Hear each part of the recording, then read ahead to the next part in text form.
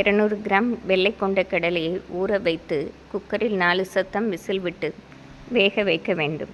சன்னா மசாலா செய்வதற்கு 4 பெரிய வெங்காயத்தை மிக்ஸி ஜாரில் போட்டு கிராம்பு, பட்டை, சோம்பு, மிளகு, பச்சை மிளகாய், முந்திரி போட்டு அரைத்து வைத்துக்கொள்ள வேண்டும். பின் 4 தக்காளி பழத்தை தனியாக மிக்சியில் அடித்து வைத்துக்கொள்ள வேண்டும். கடாயில் 4 ஸ்பூன் எண்ணெய் விட்டு கடுகு, உளுந்து, லவங்கப்பட்டை போட்டு நாம் அரைத்த வெங்காய விழுதை போட்டு நன்று வதக்கி இஞ்சி பூண்டு பேஸ்ட்டும் குழம்பு மிளகாய் பொடி போட்டு வதக்கவும். தக்காளி விழுதை போட்டு ஒரு கொதி வந்தவுடன் வேக வைத்த கொண்டக்கடலையை போட வேண்டும். குழம்புடன் அரை ஸ்பூன் ஜீனியும் தேவையான அளவு உப்பு போட்டு நன்றாக கொதி வரவும் மிதமான தீயில் 5 நிமிடம் வைத்து கொத்தமல்லி இலை போட்டு இறக்கிவிட வேண்டும். இந்த சன்னா மசாலா பூரி, நான், சப்பாத்திக்கு மிக அருமையாக இருக்கும்.